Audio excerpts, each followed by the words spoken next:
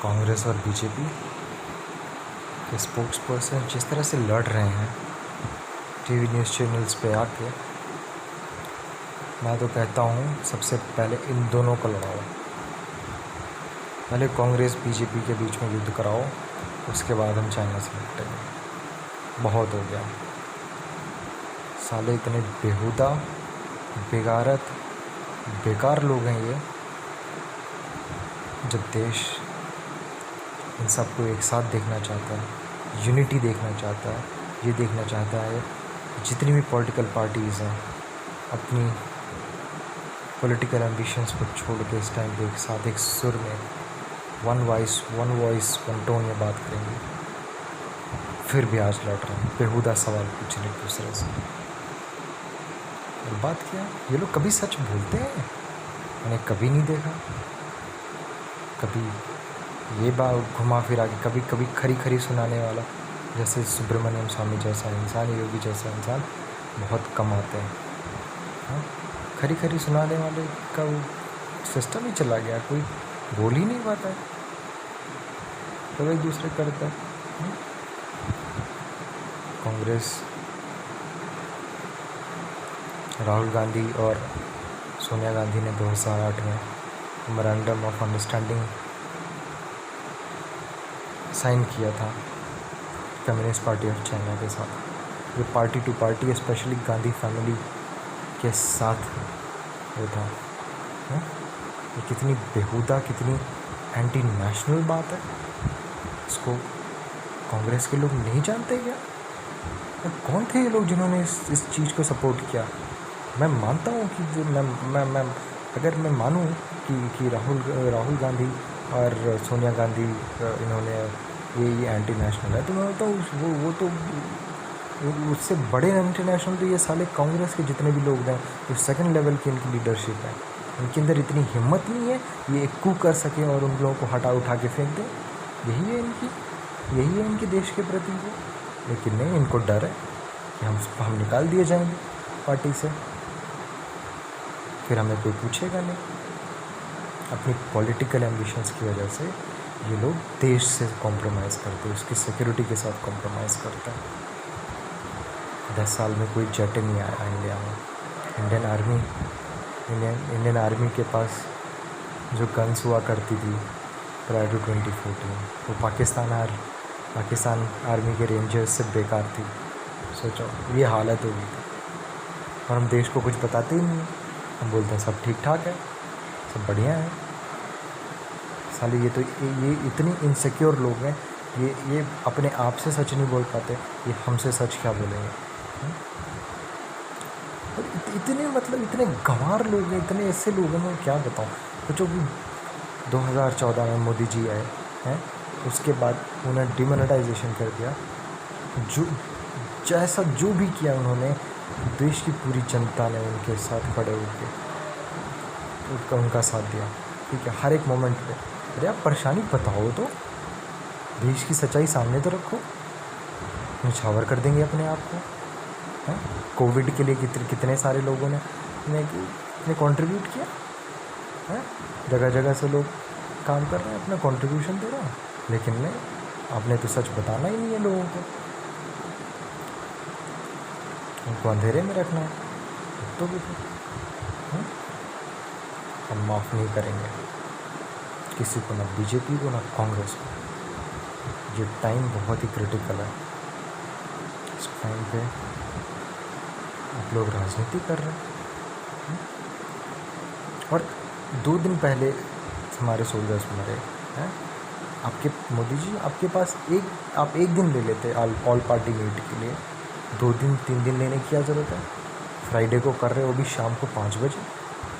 क्या वो कोई डेली सोप चलाने वाले? कोई 5 बजे जब सब लोग काम से छुट्टी होकर आके वीकेंड एंजॉय करने लगेंगे तब बोलोगे आप? किस बात का इंतज़ार है आपको?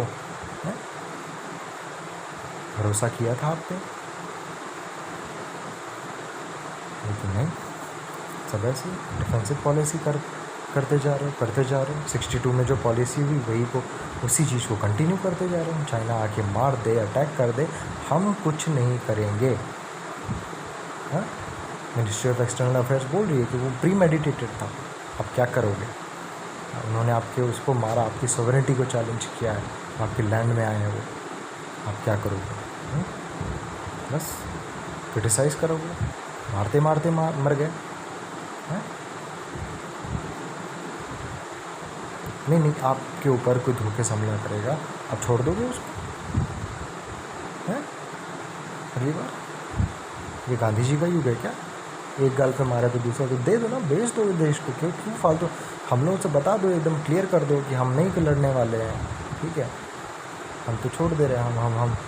हम लोग भी अपना क्यों टाइम एंड एनर्जी वेस्ट करें? अपने काम में लगे, क्यों फॉलो करें इन सब चीज़ों को? अपने काम में लगे रहेंगे, ठीक है? आर्मी के लोग, जो कॉमन लोग होते हैं, वही आर्मी में जाते हैं। हाँ, उनको आप जहाँ भेजोगे वो जाएंगे, लड़ेंगे, नेगेटिव टेम्परेचर में जाके वो देश के लिए खड़े रहते हैं। किसके लिए? लेकिन आप जैसे बेहया, बेशरम, बेहुदा लोगों को कहने पे बेचारे जाके खड़े होते हैं, हमारी प्रोटेक्शन के लिए खड़े होते हैं, और उम्मीद रखते हैं आपसे कि जो जिस फीलिंग के साथ वो सरहद पे खड़े हैं, वही फीलिंग के साथ आप दिल्ली में बैठे हो देश के लिए। लेकिन नहीं, यहाँ तो कुत्ते बैठे हैं। हड्डी डाल दो, एक हड्डी डाल दो बस, और उसके पीछे सब पागल हो जाएंगे। मतलब कोई सेंस ही नहीं बनता यार। मतलब मुझे लगता है कि हम लोग जो गुलामी किए हैं इतने साल तक, एक सेंस में जस्टिफाइड ही है। इस तरह के अगर एटीट्यूड रहा है लोगों का, तो गुलाम तो बनाना ही नहीं, कोई भी बना लेगा। हाँ, अब 47 में आपको मिला, उसके बाद से गुलामी ख़त्म नहीं हुई, ठीक है? इंडियन हिस्ट्री पढ़ो, पता चलेगा कैसे सोवियत यूनियन के हाथ में की गोद में बैठ के इंदिरा गांधी नाच रही थी।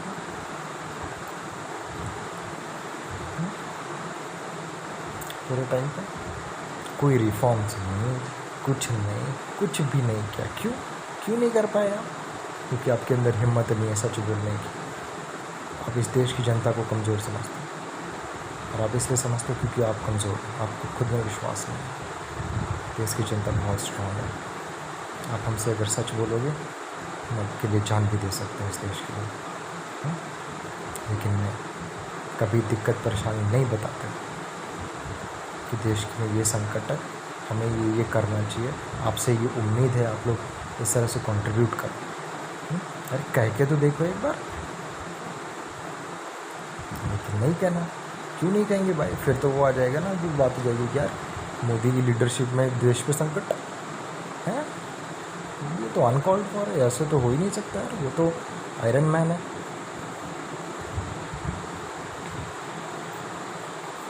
और मैं सिर्फ मोदी को नहीं, हर एक लीडर को, हर एक जो न्यूज़ रिपोर्टर्स हैं, जो